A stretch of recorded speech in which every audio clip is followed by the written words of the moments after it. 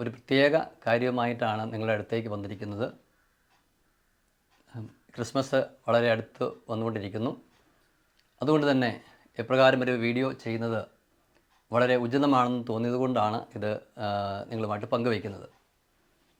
ഒരു മാപ്പ് പറയാൻ വേണ്ടിയാണ് ഞാൻ ഈ വീഡിയോയിൽ വന്നിരിക്കുന്നത്.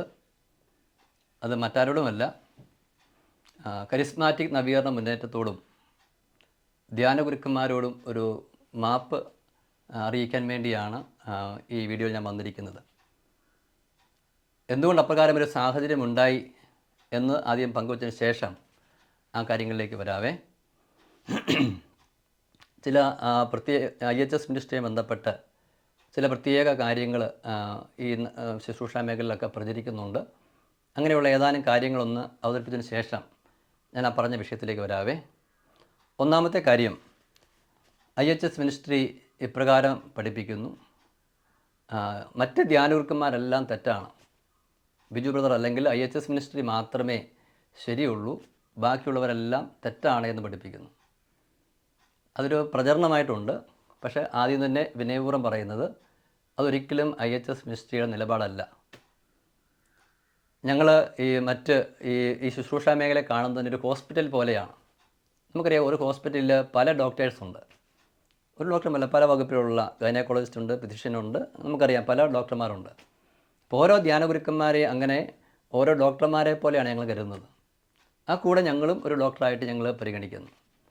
അപ്പോൾ അതുകൊണ്ട് ഒരു ഹോസ്പിറ്റലിൽ ഒരു ഡോക്ടർ മാത്രം മതി, മറ്റു ഡോക്ടറെല്ലാം അപ്രസക്തമാണെന്നുള്ള കാഴ്ചപ്പാട് വിവേകരഹിതമാണെന്നുള്ളത് അറിയാവുന്നതല്ലേ ഉള്ളൂ. അപ്പോൾ അപ്രകാരമുള്ളൊരു പ്രചരണം നടക്കുന്നുണ്ടെങ്കിൽ ആ പ്രചരണം അടിസ്ഥാനരഹിതമാണ്. അങ്ങനെ അടിസ്ഥാനരഹിതമായ ആ പ്രചരണവുമായി ബന്ധപ്പെട്ട് ആർക്കെങ്കിലുമൊക്കെ വേദന ഉണ്ടാകുന്നുണ്ടെങ്കിൽ അത് ശരിയായൊരു ഉറവിടത്തിൽ നിന്ന് വരുന്ന ഒരു പ്രചരണമല്ല. അതുകൊണ്ടത് തള്ളിക്കളയേണ്ടതാണെന്ന് ആദ്യം തന്നെ പറയാൻ വേണ്ടിയിട്ട് ആഗ്രഹിക്കുകയാണ്. ഉദാഹരണം പറഞ്ഞു കഴിഞ്ഞാൽ, ഞാൻ പലപ്പോഴും പറയുന്ന ഉദാഹരണമാണ് ബഹുമാനപ്പെട്ട ഡൊമിനിക് വാളമനാൽ അച്ഛൻ. അദ്ദേഹത്തിനുള്ള ഒരു പ്രത്യേക കൃപയാണ് പൈശാചിക ശക്തികളെ ഒഴിപ്പിക്കാൻ, ബന്ധിക്കാനുള്ള കൃപ. അപ്രകാരമുള്ളൊരു അഭിഷേകം ഞങ്ങൾക്കില്ല, ദൈവം ഞങ്ങൾക്ക് നൽകിയിട്ടില്ല. പിന്നെ എങ്ങനെയാണ് ഡൊമിനിക് അച്ഛൻ വേണ്ട, ഞങ്ങൾ മതിയെന്ന് ഞങ്ങൾ പഠിപ്പിക്കുന്നത്? അതുപോലെ ശക്തമായ രോഗശാന്തി ശുശ്രൂഷകൾ നടത്തുന്ന ശുശ്രൂഷകരുണ്ട്. നമ്മൾ IHS മിനിസ്ട്രിക്ക് ആ ഒരു കൃപ ലഭിച്ചിട്ടില്ല. അപ്പം ഞങ്ങൾ മാത്രം മതി, അല്ലെങ്കിൽ അവർ ശരിയല്ല എന്നെങ്ങനെ ഞങ്ങൾ പറയും? അപ്പോൾ അങ്ങനെയുള്ളൊരു പ്രചരണം തികച്ചും അടിസ്ഥാനരഹിതമാണ്. അക്കാര്യം ഒന്ന് പറയാൻ ആഗ്രഹിക്കുന്നു. രണ്ടാമത്തെ കാര്യം, കരിസ്മാറ്റിക് മൂവ്മെൻറ്റിനെതിരാണ് IHS മിനിസ്ട്രി എന്നുള്ള ഒരു പ്രചരണമാണ്. അതും വളരെ അടിസ്ഥാനരഹിതമായ ഒരു പ്രചരണമാണ് എന്നുള്ള കാര്യം ഒന്ന് ഓർപ്പിക്കാൻ ശ്രമിക്കുകയാണ്. ചിലപ്പോൾ അങ്ങ് തോന്നിപ്പോകാമെന്നുണ്ടെങ്കിൽ അതിൻ്റെ കാരണം എന്തൊക്കെയാണ്? ഒന്നാമത്തെ കാര്യം, കരിസ്മാറ്റിക് മൂവ്മെൻറ്റിനെതിരെ അല്ല ഞങ്ങൾ, അങ്ങനെ എതിരാകാൻ പാടില്ല. പല കാരണങ്ങളുണ്ട്. ഒന്നാമത്തെ കാരണം, ഞാൻ ഈശോയെ അറിയാതിരുന്ന ആ നാളുകളിൽ ഈശോ അറിയാനുള്ള ഒരു പ്രത്യേക കൃപ എനിക്ക് ലഭിച്ചത് മുരിങ്ങൂർ ഡിവൈൻ ധ്യാന സെൻ്ററിൽ വെച്ചാണ്. അത് മുരിങ്ങൂരിലെ കരിസ്മാറ്റിക് ധ്യാനമാണെന്ന് പറയുന്നവരുണ്ട്, അല്ലെന്ന് പറയുന്നവർ ഞാൻ കണ്ടിട്ടുണ്ട്. കരിസ്മാറ്റിക്കിലെ ഒരു ശുശ്രൂഷകൻ ഒരിക്കൽ എന്നോട് പറഞ്ഞത് ഡിവൈനിലെ കരിസ്മാറ്റിക് ധ്യാനം അല്ലെന്നാണ് പറഞ്ഞത്. അതേക്കുറിച്ച് എനിക്ക് അറിഞ്ഞുകൂടാ. പക്ഷേ ഞാനങ്ങനെ വിചാരിച്ചത് ഒരു കരിസ്മാറ്റിക് ധ്യാനം വിചാരിച്ചത്. എന്തായാലും മുരിങ്ങൂരിലെ ധ്യാനത്തിൽ വെച്ചാണ് എനിക്ക് ഈശോയെ അടുത്തറിയാനുള്ള, കൃപയിൽ വളരാനുള്ളൊരു അവസരമുണ്ടായത്. രണ്ടാമത്തെ കാര്യം, IHS മിനിസ്ട്രി ശുശ്രൂഷാ മേഖലയിലേക്ക് വന്നപ്പോൾ പല സ്ഥലങ്ങളിലും ശുശ്രൂഷയ്ക്കുള്ള വേദി ലഭിച്ചത് കരിസ്മാറ്റിക് ധ്യാന സെൻ്ററുകളാണ്. കരിസ്മാറ്റിക് ധ്യാന സെൻ്ററുകളിലാണ് അനേക സ്ഥലങ്ങളിൽ നമ്മളെ ശുശ്രൂഷ നടത്തിയിട്ടുള്ളത്. മറ്റൊരു പ്രധാനപ്പെട്ട കാര്യം, കേരളത്തിലെ പ്രമുഖരായ പല കരിസ്മാറ്റിക് ധ്യാനഗുരുക്കന്മാരും വന്ന് നമ്മുടെ ഈ ശുശ്രൂഷയിൽ പങ്കെടുത്തിട്ടുണ്ട്. അവരെല്ലാം ഈ ശുശ്രൂഷ കഴിഞ്ഞ് അവർക്ക് പ്രയോജനം ലഭിച്ചതായിട്ടും ഇതിനെ പ്രശംസിച്ചും പ്രോത്സാഹിപ്പിച്ചുമാണ് കടന്നുപോയത്.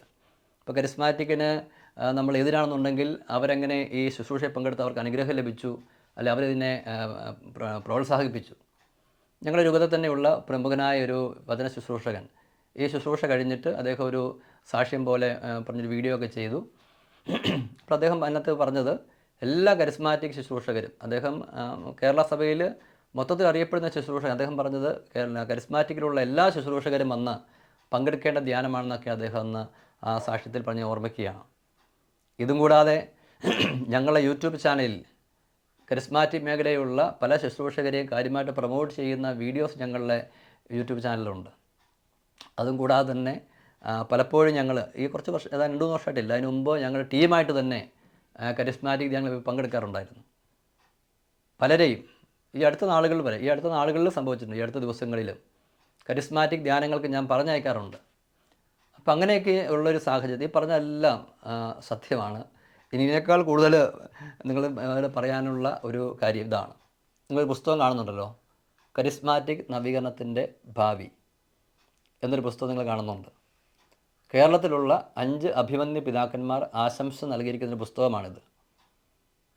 ഈ പുസ്തകത്തിൻ്റെ പ്രത്യേകത, ഒരുപക്ഷേ കേരള സഭയിൽ കരിസ്മാറ്റിക് നവീകരണ മുന്നേറ്റത്തിൻ്റെ നന്മകളെക്കുറിച്ച് ആഗോള സഭയിലും കേരള സഭയിലും കരിസ്മാറ്റിക് നവീകരണ മുന്നേറ്റം നൽകിയിട്ടുള്ള സംഭാവനകളെക്കുറിച്ച് ഇത്രമാത്രം വിശദമായിട്ടും കൃത്യതയിലും പറയുന്നൊരു പുസ്തകം തന്നെ വേറെ കാണുകയില്ല. അത് അഭിമന്യ പിതാക്കന്മാർ അത് ശ്ലാഘിച്ച് എഴുതിയിരിക്കുന്ന കാര്യങ്ങൾ ഇതിൽ ആശംസ നൽകിയിട്ടുമുണ്ട്. ഈ പുസ്തകം നിങ്ങൾക്ക് ആവശ്യമുള്ളവർ എന്നെ അറിയിക്കുക. ഫോൺ നമ്പർ താഴെ കൊടുക്കും. ആ ഫോൺ നമ്പറിൽ നിങ്ങൾ വാട്സപ്പ് ചെയ്താൽ മതി.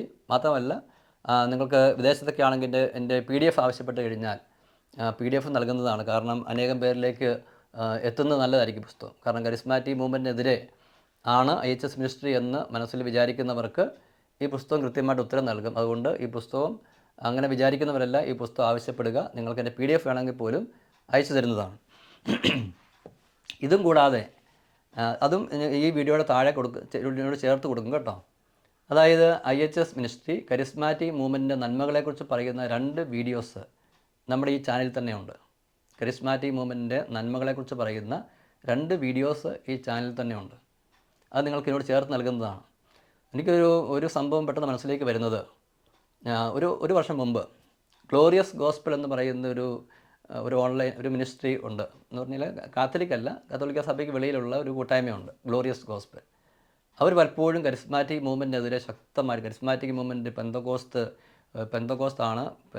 പെന്തക്കോസ്റ്റ് രീതികളാണ്, അനേകം പേരെ അവർ പെന്തക്കോസ്റ്റിലേക്ക് അവർ വഴിയായിട്ട് പോയിട്ടുണ്ടെന്ന് പറഞ്ഞ് ഈ കരിസ്മാറ്റിക്കിനെതിരെ പരസ്യമായിട്ട് ഇങ്ങനെ സോഷ്യൽ മീഡിയയിൽ പ്രതികരിക്കുമായിരുന്നു.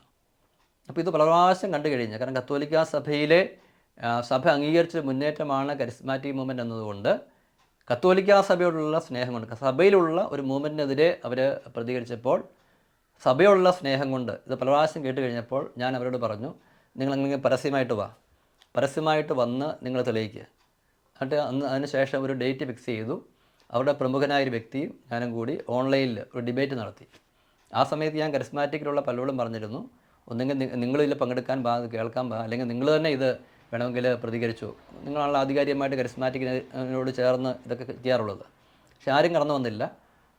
ഞാൻ തന്നെ അതിനായിട്ട് മുൻകൈ എടുക്കുകയും അങ്ങനെ ആ ഗ്ലോറിയസ് ഗോസ്പലിൻ്റെ വാദങ്ങൾക്കെതിരെ കരിസ്മാറ്റിക് നവീകരണ മുന്നേറ്റം പരിശുദ്ധാത്മാവ് സഭയെ നൽകിയൊരു മുന്നേറ്റമാണെന്ന് സ്ഥാപിച്ച് നമ്മൾ വിജയിച്ചതുകൊണ്ട് അവസാനം അവർക്കതൊരു ഇച്ചിരി വിഷമമായിട്ട് തോന്നിയിട്ട് അവർ ആ വീഡിയോ തന്നെ ഡിലീറ്റ് ചെയ്ത് കളഞ്ഞു.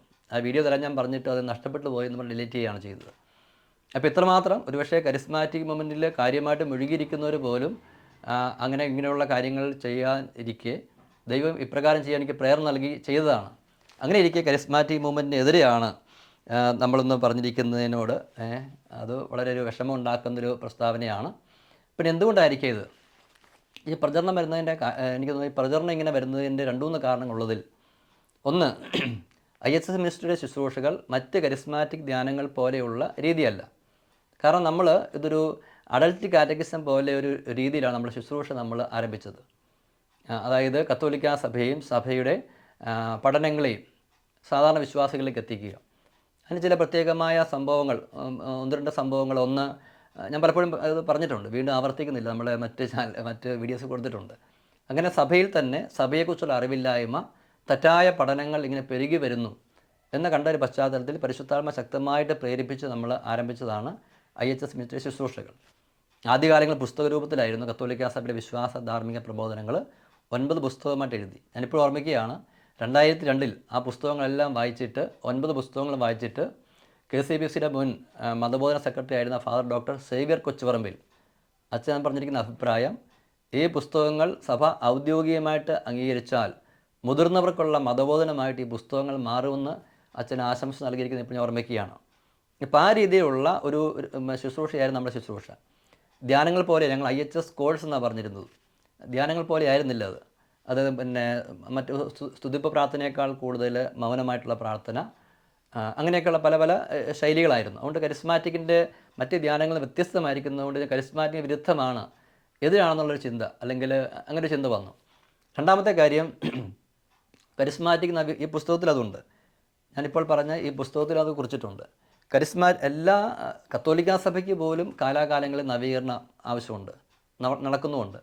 അങ്ങനെ ഇരിക്കെ മനുഷ്യരിലൂടെ കടന്നു പോകുന്ന കരിസ്മാറ്റിക് നവീകരണ മുന്നേറ്റത്തിനും നവീകരണം ആവശ്യമുണ്ട് എന്ന് ഞാൻ പല പ്രാവശ്യം പറഞ്ഞിട്ടുണ്ട്. അതൊരു പക്ഷേ ചിലർക്കെങ്കിലും അസ്വസ്ഥ ഉണ്ടാകാൻ സാധ്യതയുണ്ട്. പക്ഷെ അത് ശരിയാണെന്നുള്ള കാര്യം നിങ്ങൾക്കെല്ലാം അറിയാമല്ലോ. വ്യക്തികൾക്കും മനുഷ്യ ഉൾപ്പെടുന്ന സമൂഹങ്ങൾക്കെല്ലാം എപ്പോഴും നവീകരണം ആവശ്യമുണ്ട്. മറ്റൊരു കാര്യമുള്ളത്, സ്വാഭാവികമായ രീതിയിലും ഞാനുൾപ്പെടെ ഓരോ വചന ശുശ്രൂഷകരും ഒരേ സമയത്ത് ശുശ്രൂഷകരുമാണ്, വിശ്വാസികളുമാണ്. അതുകൊണ്ട് ഞങ്ങൾക്കും നവീകരണം ആവശ്യമുണ്ട്. അപ്പോൾ അത് ഞാൻ പിന്നെ ശുശ്രൂഷകളൊക്കെ എപ്പോഴും പറയുമായിരുന്നു. ധ്യാനഗുരുക്കന്മാർക്കും കൂടുതൽ മാനസാന്തരം ആവശ്യമുണ്ട്, നവീകരണം ആവശ്യമുണ്ട്. അതും അത് ശരിയായൊരു കാര്യമാണല്ലോ. ഓരോ ശുശ്രൂഷകരും ഒരേ സമയത്ത് തന്നെ ഒരു വിശ്വാസിയും ഒരു മാറിയിരുന്ന് സ്വന്തം ആത്മീയാവസ്ഥയെക്കുറിച്ച് ധ്യാനിക്കേണ്ടയാളും കൂടുതൽ ആഴത്തിൽ മാനസാന്തരപ്പെടേണ്ടവനും വിശുദ്ധിയിൽ കൂടുതൽ വളരേണ്ടവനും ദൈവത്തെക്കുറിച്ചുള്ള അറിവിലും സഭയെക്കുറിച്ചുള്ള പഠനങ്ങളുമൊക്കെ കൂടുതൽ ആഴപ്പെടേണ്ടവനാണല്ലോ. അനുദിനം ഈ പ്രോസസ്സ് നടക്കേണ്ടതാണല്ലോ. അതേക്കുറിച്ച് ഞാൻ സംസാരിക്കുമായിരുന്നു. ഇതൊരു അസ്വസ്ഥത ഉണ്ടാക്കിയിട്ടുണ്ടെന്ന് എനിക്ക് അറിഞ്ഞുകൂടാ. ഇതിനേക്കാൾ ഉപരി മറ്റ് ധ്യാനഗുരുക്കന്മാരെ തിരുത്താൻ ശ്രമിക്കുന്നു എന്നുള്ളൊരു പ്രധാനപ്പെട്ട ഒരു ആരോപണം എന്ന് പറഞ്ഞു കഴിഞ്ഞാൽ ആരോപണം ഞാൻ വിളിക്കുന്നില്ല. കാരണം അങ്ങനെയുള്ള ചില സംഭവങ്ങൾ ഉണ്ടായിട്ടുണ്ട്. അത് എനിക്ക് തോന്നുന്നത് ഒരു 4 വർഷം മുമ്പാണ്. 4 വർഷം മുമ്പ് ഇത് ഞങ്ങൾ മനഃപൂർവ്വം അങ്ങനെ ചെയ്തതല്ല. നമ്മളൊരു കൈവശം ഒരു വീഡിയോ കാണുന്നു, ഒരു വീഡിയോ വരുന്നു. ആ വീഡിയോ നോക്കുമ്പോൾ ആ വീഡിയോയിൽ പ്രസംഗിക്കുന്ന ആ ധ്യാനഗുരുവുമായിട്ട് ഞങ്ങൾ ഇടയ്ക്ക് സംസാരിക്കാറുള്ളതാണ്. അപ്പോൾ ആ വീഡിയോയ്ക്കകത്ത് തികച്ചും വിശുദ്ധ ബൈബിളിലും സഭയ്ക്ക് വിരുദ്ധമായ ഗൗരവമേറിയ ഒരു തെറ്റ് കാണുന്നു. അപ്പോൾ നമ്മൾ അദ്ദേഹത്തെ നേരിട്ട് വിളിക്കുന്ന ഉടൻ തന്നെ അദ്ദേഹത്തിന് ഈ തെറ്റ് അക്സെപ്റ്റ് ചെയ്യാനായിട്ട് തെറ്റാന്ന് സമ്മതിക്കാൻ പറ്റുന്നില്ല. അതങ്ങനെ വിഷയം പോയി. പിന്നെയാണ് ഞങ്ങളുടെ കയ്യിൽ തുടരെ ഏതാനും വീഡിയോസ് വരികയാണ്. അതായത് 4 വചന ശുശ്രൂഷകർ, കേരള കത്തോലിക്കാ സഭയിലുള്ള 4 പ്രധാനപ്പെട്ട വചന ശുശ്രൂഷകർ ഒരേപോലെയുള്ള പഠനം, ആ പഠനം തികച്ചും കത്തോലിക്കാ സഭയ്ക്ക് വിരുദ്ധവും പാഷണ്ഡതയെന്ന് പറയത്തക്ക രീതിയിൽ. ഇവരെല്ലാം സഭയിൽ അറിയപ്പെടുന്ന ശുശ്രൂഷകരുമാണ്. അതുകൂടെ തന്നെ കത്തോലിക്കാ സഭയ്ക്ക് വെളിയിലുള്ള ഒരു വ്യക്തിയും, പ്രധാനപ്പെട്ട ഒരു വ്യക്തിയും ഇവരുടെ കൂടെ ഉണ്ട്. എന്നിട്ട് ഇവർ തമ്മിൽ അതേക്കുറിച്ച് പങ്കുവയ്ക്കുന്നത് കണ്ടത്, നമുക്ക് ഈ പഠനങ്ങൾ നമുക്ക് സഭ മുഴുവനിലേക്ക് എത്തിച്ച്, അപ്പോൾ അവർ വിചാരിക്കുന്നത് ഇതുവരെ കത്തോലിക്കാ സഭയ്ക്ക് വെളിപ്പെടാതിരിക്കുന്ന, ലോകത്താർക്കും വെളിപ്പെടാതിരിക്കുന്ന ഒരു സത്യം ഇവർക്ക് ലഭിച്ചു. അതുകൊണ്ട് അവരുടെ ആ ചിന്തയിൽ ശരിയാണെന്ന് വിചാരിച്ചു. അതുകൊണ്ട് ആരും അറിയാത്ത ഈ സത്യം നമുക്ക് സഭയാകമാനം എത്തിക്കണം എന്ന് പറഞ്ഞ് ഇവരൊരു മീറ്റിംഗ് കൂടി തീരുമാനമൊക്കെ എടുക്കുന്ന വീഡിയോസാണ്. പക്ഷേ അത് ഒരു വലിയൊരു പാഷാണ്ഡത, സഭയ്ക്ക് വിശ്വാസത്തിന് വിരുദ്ധമാണ്. അത് ഞങ്ങൾക്ക് മനസ്സിലായി. ഇവരെ വ്യക്തിപരമായിട്ടത് പറഞ്ഞ് മനസ്സിലാക്കാൻ ശ്രമിച്ചു. പക്ഷേ അവരത് തന്നെ റിജക്റ്റ് ചെയ്യുകയാണ്. അപ്പോൾ ഇത് സോഷ്യൽ മീഡിയയിലൂടെയാണ് ഇതെല്ലാം. കാരണം ഇവരെല്ലാം പതിനായിരക്കണക്കിനും ലക്ഷക്കണക്കിനും ഫോളോവേഴ്സ് ഉള്ളവരൊക്കെയാണ്. അതുകൊണ്ട് ഈ തെറ്റായ പഠനം ഒത്തിരിയേറെ വിശ്വാസികളിലേക്ക് ചെന്നു എന്ന് ഞങ്ങൾ അറിഞ്ഞു. അത് പിന്നെ പുറകോട്ട് നോക്കുമ്പോൾ ഇത് കുറച്ച് നാളുകളായി പഠിപ്പിച്ചുകൊണ്ടിരിക്കുകയായിരുന്നു. അപ്പോൾ പരസ്യമായിട്ട് ഈ തെറ്റ് പഠിപ്പിച്ചത് കൊണ്ട് പരസ്യമായിട്ട് തന്നെ ഇത് തെറ്റാണെന്ന കാര്യം ഞങ്ങൾ സോഷ്യൽ മീഡിയ വഴി അറിയിക്കുകയുണ്ടായി. അതിനുശേഷം ഈ തെറ്റ് പഠിപ്പിക്കുന്ന വീഡിയോസ് എല്ലാം അഭിമന്യ പിതാക്കന്മാരെ പോയി കാണിച്ചു.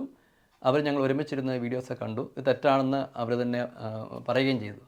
പക്ഷേ ഇതിൻ്റെ ഇടയ്ക്ക് സംഭവിച്ചൊരു കാര്യം, ഒരു അറിയാത്തതുകൊണ്ടായിരിക്കും, ഞങ്ങളിങ്ങനെ ഇപ്രകാരം ഈ തെറ്റിനെതിരെ പ്രതികരിച്ചപ്പോൾ ഈ ഒരു തെറ്റും ചെയ്യാത്ത ശുശ്രൂഷകരാണ് ഇവരെന്ന് പറഞ്ഞുകൊണ്ട് മറ്റ് ചില പ്രധാനപ്പെട്ട ശുശ്രൂഷകർ ഇവരെ സപ്പോർട്ട് ചെയ്തുകൊണ്ട് രംഗത്ത് വന്നു.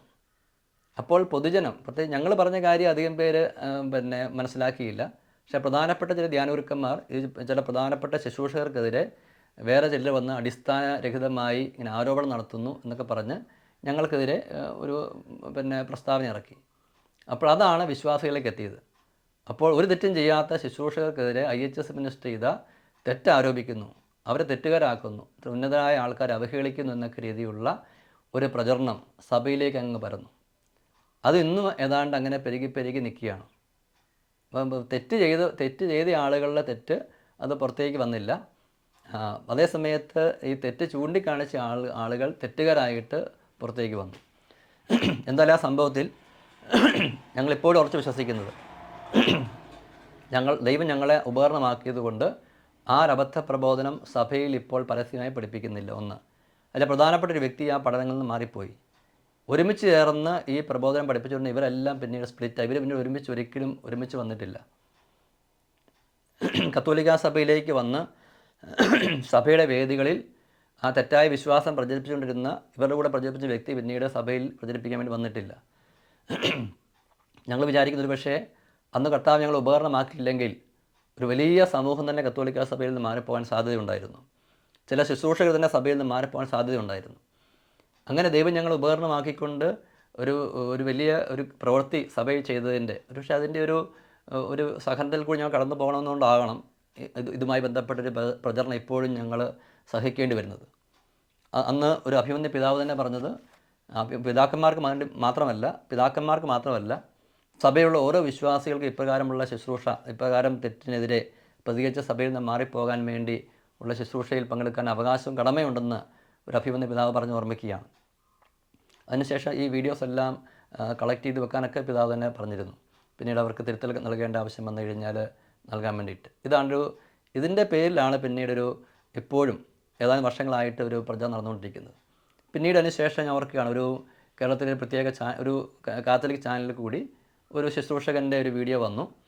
പരിശുദ്ധ അമ്മ ത്രിത്വൈക ദൈവത്തിലെ ഒരു അംഗമാണ് എന്നൊരു വീഡിയോ പരസ്യമായിട്ട് വന്നു. കുറച്ചധികം പേര് അങ്ങനെ വിശ്വസിക്കുന്ന പലരും ഉണ്ട് കേരളത്തിൽ. ഉടനെ ഈ ഒരു ശുശ്രൂഷകനെ സപ്പോർട്ട് ചെയ്തുകൊണ്ട് അനേകം പേര് വന്നു. വീഡിയോ വൈറലാകുന്നു. അപ്പോൾ നമ്മളതിനെ പ്രതികരിച്ചു, ആ വീഡിയോ പിൻവലിച്ചു. അപ്പോൾ ഇങ്ങനെ ചില സംഭവങ്ങൾ നടന്നതുകൊണ്ട് പിന്നീട് അപ്പോൾ അതിൻ്റെ പേരിൽ IHS മിനിസ്ട്രി പരസ്യമായിട്ട് ഇങ്ങനെ ശുശ്രൂഷകരെ, ധ്യാനഗുരുക്കന്മാരെ തിരുത്തറിഞ്ഞിരിക്കുകയാണ്. അപ്പോൾ തെറ്റ് ചെയ്യുന്നത് പിന്നെ വിഷയമല്ലെന്നായി. തെറ്റ് ചെയ്യുന്നതിനെതിരെ പ്രതികരിക്കുന്നത് ഒരു പാവം എന്ന രീതിയിലേക്ക് കാര്യങ്ങൾ അവതരിക്കപ്പെട്ടു. തെറ്റ് ചെയ്ത് കഴിഞ്ഞാൽ അത് പറയാൻ നീ ആരാണെന്നൊക്കെ രീതിയിൽ ആളുകളിങ്ങനെ പറയുന്നത്. അപ്പോൾ ഞാനിപ്പോഴും പറയുന്നൊരു ഉദാഹരണം, നമ്മുടെ മുഖത്ത് കുറച്ച് ചെളി പറ്റിയിരിക്കുന്നു, നമ്മളത് അറിയുന്നില്ല, മറ്റൊരാൾ വന്ന് നമുക്കത് കാണിച്ചു തരികയാണ്. അപ്പോൾ അത് നമ്മുടെ മുഖത്ത് നിന്ന് ചെളി മാറ്റി കളയാൻ വേണ്ടി നമ്മളെ സഹായിക്കുന്ന ആൾ ഒരു വലിയ സ്നേഹവും സഹായമല്ലേ നമുക്ക് ചെയ്യുന്നത്.